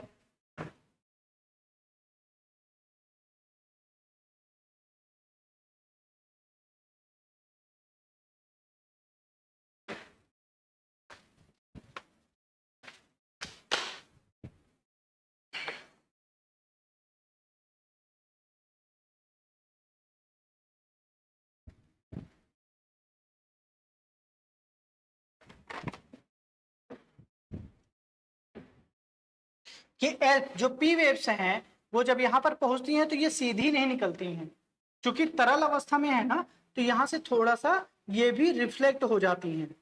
फिर से बनाते हैं इधर, जो एस वेव्स, पी वेव्स हैं, अब उनका छाया क्षेत्र देख लेते हैं। ये रही पी वेव्स, ये रहा क्रोड, क्रोड का ऊपरी हिस्सा जो है वो तरल है, ठीक है, तरल अवस्था में एस वेव्स नहीं चलती। पी वेव्स जब यहां पर पहुंचेगी, तो जब यहां पर पहुंचने के बाद ये भी थोड़ा सा, ये इससे गुजरेगी तो जरूर, लेकिन रिफ्लेक्ट हो जाएगी, रिफ्लेक्ट हो जाएगा। तो ये जहां से रिफ्लेक्ट होकर फिर से ऐसे रिफ्लेक्ट होके ऐसे आएगा, है ना, यहां पर क्या होगा, यहां पर पी वेव्स नहीं पहुंच पाएंगी किसी भी हाल में। मतलब जहां पर पी वेव्स नहीं पहुंचती हैं उन्हें पीछे पी वेव्स का छाया क्षेत्र कहा जाता है।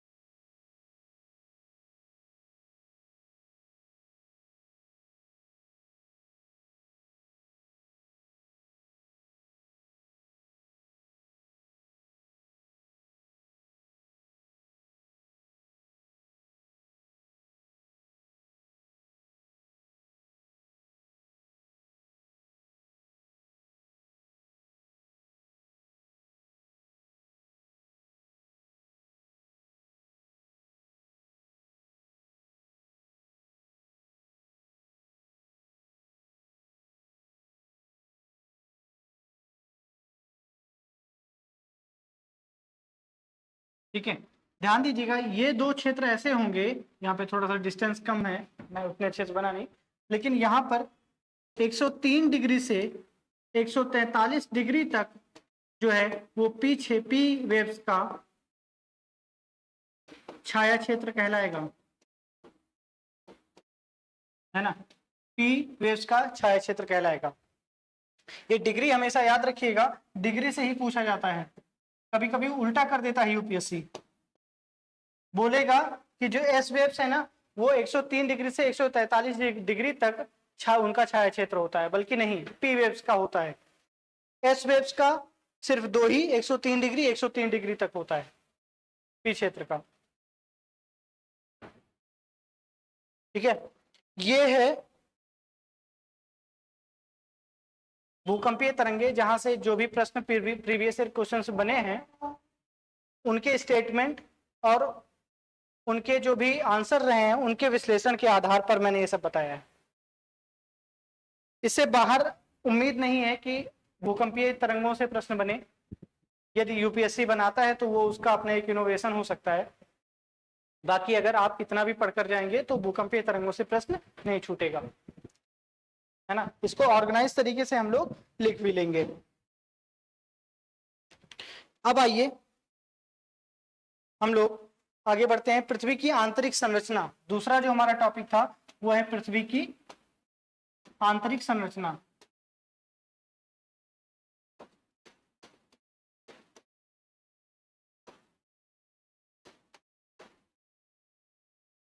Inner structure of the earth, inner structure of the earth. अभी हम लोगों ने थोड़ा सा पढ़ा भी था कि जब हम लोग पी और एस वेव्स को पढ़ रहे थे तो उस समय हमने देखा था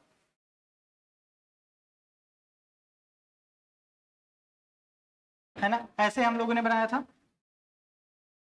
ये कौन सा हिस्सा है इसका, हमने ये सॉरी ये क्रोड है और इस क्रोड से हमने इसका इतना हिस्सा निकाल लिया। ठीक है, तो ये रहा अर्थ का सरफेस और ये अर्थ का कोर है। ठीक है, और ये सरफेस है, अर्थ का सरफेस है। पृथ्वी की आंतरिक संरचना में जब हम देखेंगे तो हमें पी और एस वेव्स वगैरह से पता चला है, तो हम उसके आधार पर पृथ्वी की आंतरिक संरचना को 3 लेयर्स में डिवाइड करते हैं।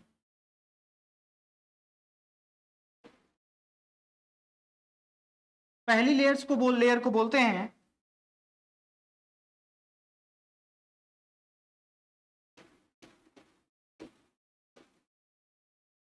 पहली लेयर को क्या बोलेंगे,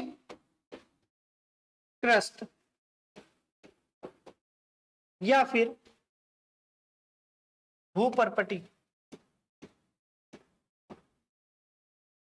भूपरपटी या क्रस्ट बोलेंगे। दूसरी जो लेयर है उसको क्या बोलेंगे, प्रवार, प्रवार या फिर मेंटल। ठीक है, मेंटल। जो तीसरी लेयर है उसे कोर या क्रोड बोलेंगे,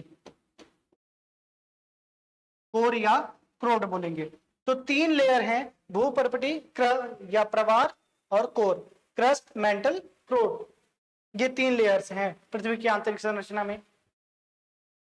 अब हम बारी बारी से क्रस्ट, मेंटल और क्रोड को पढ़ेंगे।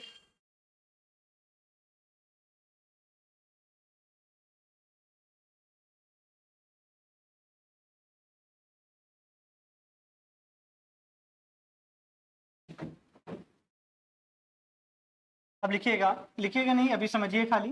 क्रस्ट या फिर भूपरपटी। तो जो भूपरपटी होती है वो पृथ्वी का सबसे बाहरी हिस्सा होता है। ये जो धरातलीय हिस्सा है पृथ्वी का उसे क्रस्ट कहते हैं या भूपरपटी कहते हैं। इनकी जो गहराई है ना,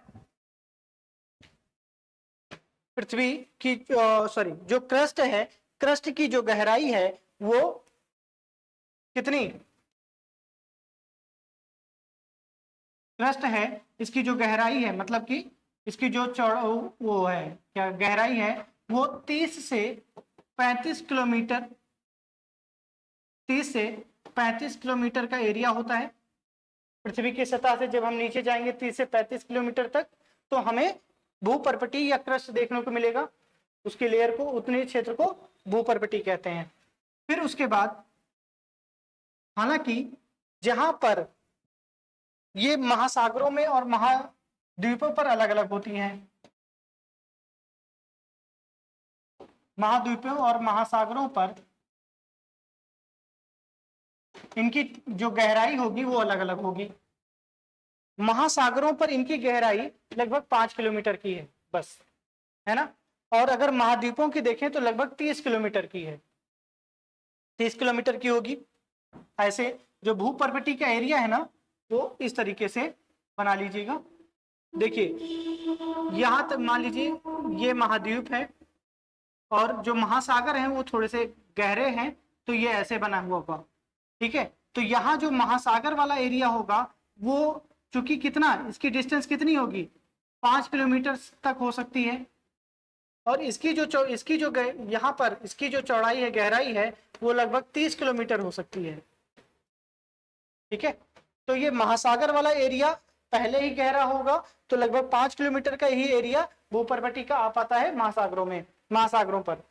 महाद्वीपों पर जो भूपर्पटी का एरिया है वो लगभग 30 किलोमीटर गहरा पाया जाता है, 30 से 35 किलोमीटर, इसीलिए मैंने यहां पर बोला। लेकिन बात यहां पर एक बात ये भी आती है कि जैसे कि अटलांटिक ओशियन में मैरियाना ट्रेंच है जिसकी गहराई लगभग 11,000 मीटर है और ये विश्व की सबसे गहरी ट्रेंच है। तो वहां पर जो महासागर है ना, उसकी गहराई सबसे ज्यादा हो जाएगी, जो कि भूपर्पटी के काफी नीचे हो चला जाएगा। लेकिन वहीं पर देखेंगे जहां पर महाद्वीपों पर पर्वत हैं, पर्वत स्थित हैं, यहां देखिए मान लीजिए कहीं पर्वत स्थित हैं, तो इनकी जो गहराई होगी वो काफी ज्यादा हो जाएगी। मतलब यहां से अब इसकी नापेंगे तो लगभग 70 किलोमीटर तक का मैक्सिमम जो है भूपर्पटी का एरिया आया है। मैं सिंपल शब्दों में समझाता हूं कि जहां पर महाद्वीपों में पर्वत पठार स्थित हैं, वहां पर जो भूपर्पटी का क्षेत्र है वो काफी गहरा हो जाता है, ऊंचा हो जाता है ना, उसकी जो चौड़ाई है वो काफी ज्यादा हो जाती है। वहीं जहां महासागरों में ट्रेंच स्थित हैं, भ्रंश स्थित है, वहां पर महासागरों की या भूपर्पटी की जो गहराई है वो काफी कम हो जाती है। तो ये है। अब भूपर्पटी को भी दो भागों में डिवाइड करते हैं, ऊपरी भूपर्पटी और निचली भूपर्पटी।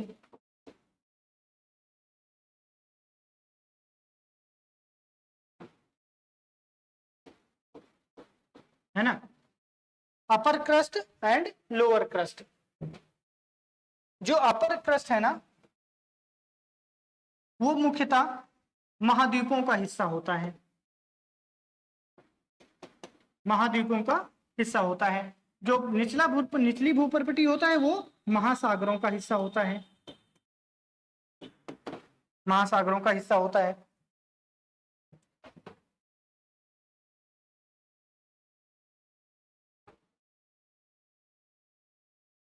महासागरों का हिस्सा होता है। भूपर्पटी की जो गहराई होगी, मतलब जो इसकी चौड़ाई है, वो ज्यादा होगी अपेक्षाकृत निचली भूपर्पटी के। मैंने यहाँ पे बताया है कि महासागर जहां पर है वहां पर इनकी गहराई कम होती है, चौड़ाई कम होगी, और यहाँ पर जहां पर महाद्वीप है इनकी गहराई 30 किलोमीटर तक का हो जाता है, तक की हो जाती है ना। इसके अलावा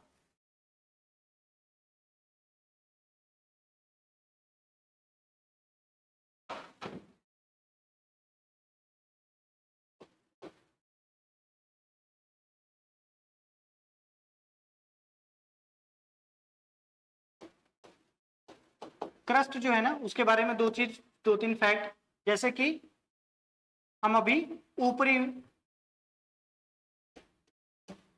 भूपर्पटी की बात करें तो इनका घनत्व कितना होता है, इनकी डेंसिटी कितनी होती है। यहाँ पे चूंकि भारी तत्व नहीं पाए जाते, भारी खनिज नहीं पाए जाते हैं, इसलिए इनका जो घनत्व है वो 2.7 g पर सेंटीमीटर क्यूब होगा। ठीक है, क्यूब होगा। क्योंकि यहाँ पर किसकी अधिकता होती है, तो सियाल की अधिकता होती है। यहाँ पे सियाल क्या है, सियाल जो है वो सिलिका और एल्युमिनियम है। सिलिका और एल्युमिनियम से ऊपरी जो क्रस्ट है वो सियाल से बना है, सिलिका और एल्युमिनियम से बना है, इसलिए इसे सियाल भी बोला जाता है। एक अल्फ्रेड वेगनर थे जिन्होंने महाद्वीपीय विस्थापन सिद्धांत बताया था, उन्होंने सियाल बोला। ठीक है, सिंपल लैंग्वेज में उन्होंने बोला था, इसलिए तब से हम लोग जानते हैं ये, है ना, डेंसिटी है ये।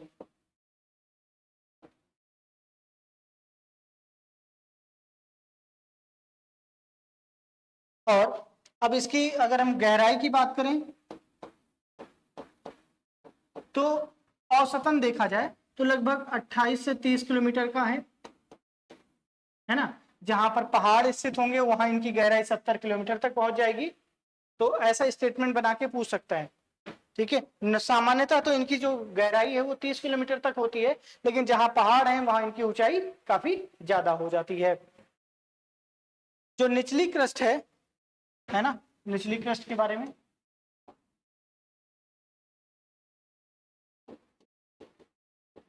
निचली क्रस्ट के बारे में देखेंगे तो यहां पर भारी तत्व पाए जाते हैं, है ना, और ये मुख्यतः महासागरीय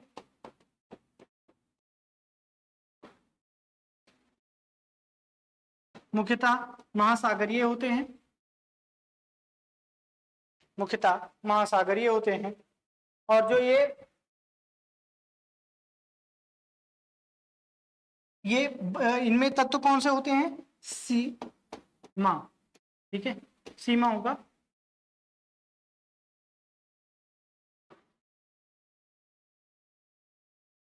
मतलब सिलिका और मैग्नीशियम की अधिकता होगी, सिलिका और मैग्नीशियम की अधिकता होगी।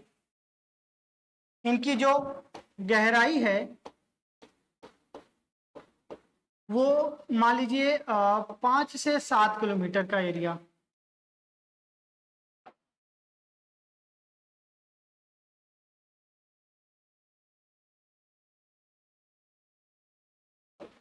पांच से 7 किलोमीटर का एरिया जो है वो निचली क्रस्ट का होता है। इनका जो घनत्व है, घनत्व चूंकि इसमें भारी तत्व पाए जाते हैं इसलिए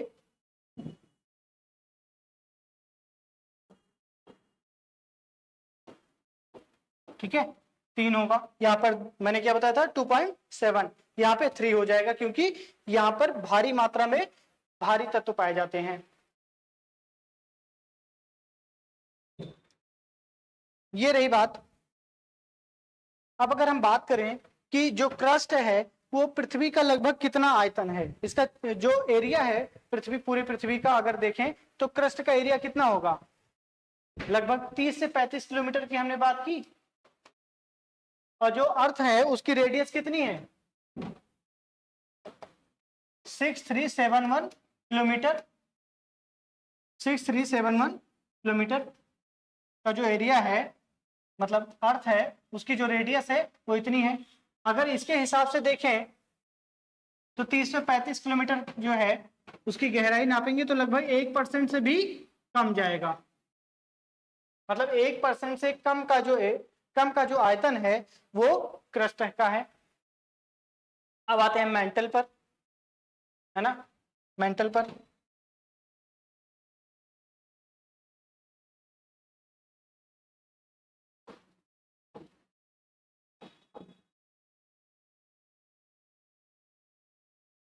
मेंटल प्रवाह, ये जो अर्थ है, अर्थ का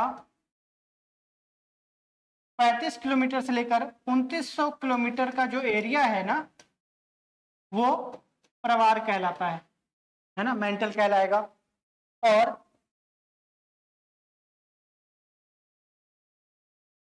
कहलाएगा, ये पृथ्वी के कुल आयतन का लगभग 83% है, समझ रहे हैं, 83% है। अभी हमने जब पी और एस वेव्स का छाया क्षेत्र पढ़ा था तो उसमें हमने देखा था दुर्बल मंडल भी इसी में आता है, मतलब 100 किलोमीटर की गहराई से लेकर 250 किलोमीटर तक का जो एरिया है वो दुर्बल मंडल है, मतलब पिघली हुई अवस्था में है, आधी पिघली हुई अवस्था में है,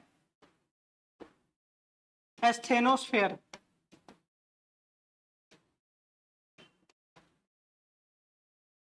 इसे इंग्लिश में एस्थेनोस्फेयर कहते हैं और हिंदी में दुर्बल मंडल कहते हैं। क्योंकि यहाँ पे 100 से 250 किलोमीटर का जो एरिया है, यहाँ पर जो पी और एस वेव्स हैं वो निम्न वेग से संचरण करती हैं, मतलब इनका वेग यहाँ पर कम हो जाता है, स्पीड कम हो जाती है, इसलिए इसे लो वेलोसिटी एरिया कहते हैं या फिर निम्न वेग का क्षेत्र, निम्न वेग का प्रदेश भी कहते हैं इसे, निम्न वेग का प्रदेश। किसे? दुर्बल मंडल को।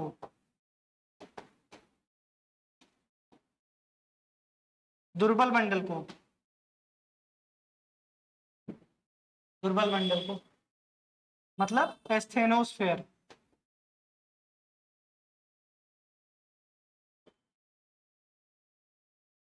एस्थेनोस्फेयर को निम्न वेग का प्रदेश, लो वेलोसिटी जोन कहते हैं, लो वेलोसिटी जोन, निम्न वेग का प्रदेश कहा जाता है।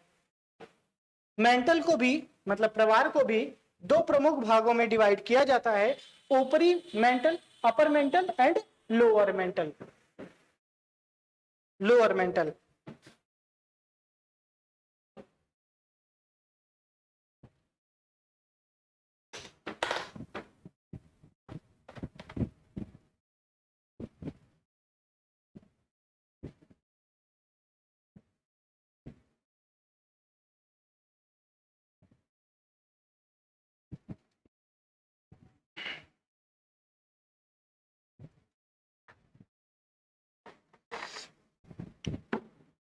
ठीक है। तो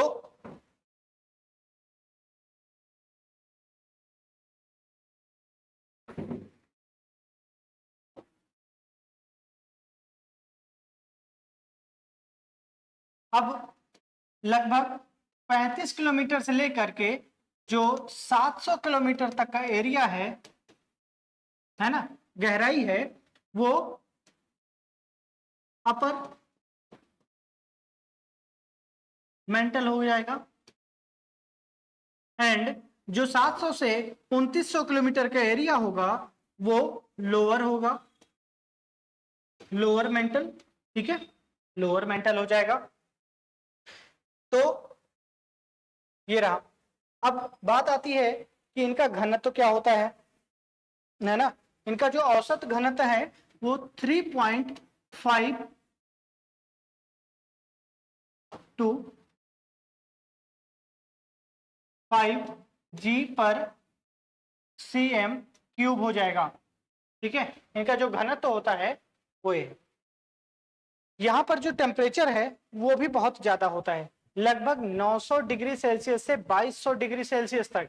इसीलिए यहाँ पर जो चट्टाने हैं ना वो पिघली हुई अवस्था में है। अभी हमने क्या डिस्कस किया था, दुर्बल मंडल भी इसी में पाया जाता है, और दुर्बल मंडल क्या है, पिघली हुई अवस्था में है, अर्ध पिघली हुई अवस्था में है। अभी हमने वीडियो में भी देखा था कि जो चट्टाने हैं वो काफी पिघली हुई हैं और वहां पे टेम्परेचर ज्यादा होने की वजह से, प्रेशर ज्यादा होने की वजह से संवहन धाराओं या कॉन्करेंट तरीके से चल रही हैं, एक वहां पे करंट चल रही है। ठीक है, तो वो क्या है, दुर्बल मंडल है, यहाँ पे टेम्परेचर ज्यादा है, बहुत ज्यादा होता है। कितना मैंने अभी बताया था, 900 डिग्री सेल्सियस से 22 डिग्री सेल्सियस तक। अगर इसीलिए यहाँ से जब भी ज्वालामुखी का उद्गार होता है तो चट्टाने काफी पिघली हुई अवस्था में होती हैं, काफी उनका टेम्परेचर उनका काफी ज्यादा होता है ना, उसकी वजह से दाब बनता है और वो अर्थ का जो सरफेस है, धरातल है, उसको चीरते हुए ऊपर की ओर आते हैं। अब आती हैं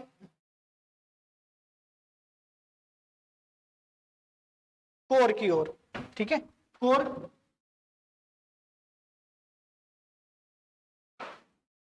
या क्रोड।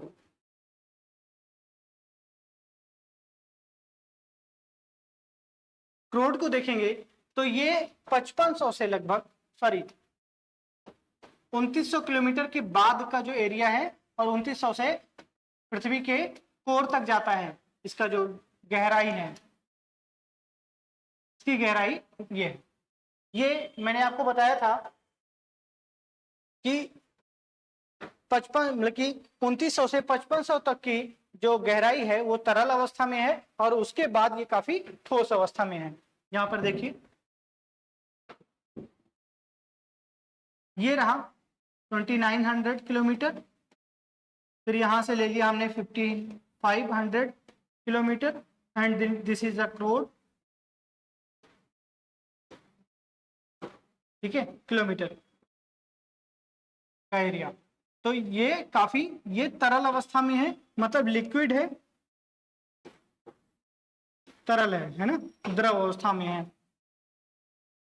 ये याद रखिएगा, क्योंकि एस वेव्स सिर्फ यहीं तक संचरण करती हैं। ये पृथ्वी के कुल द्रव्यमान का, अगर इनका द्रव्यमान देखेंगे, है ना, तो कितना है, लगभग 16% है ना, लगभग 16% है।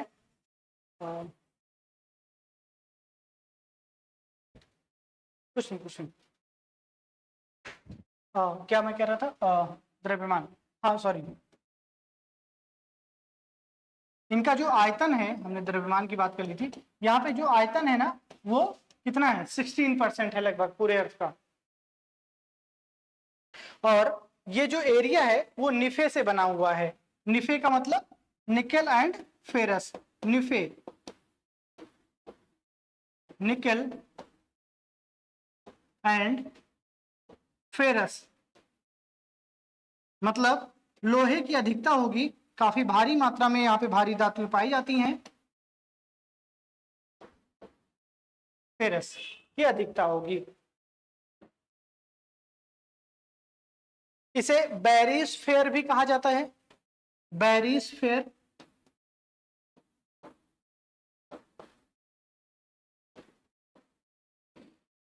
बैरिस्फेयर कहा जाता है।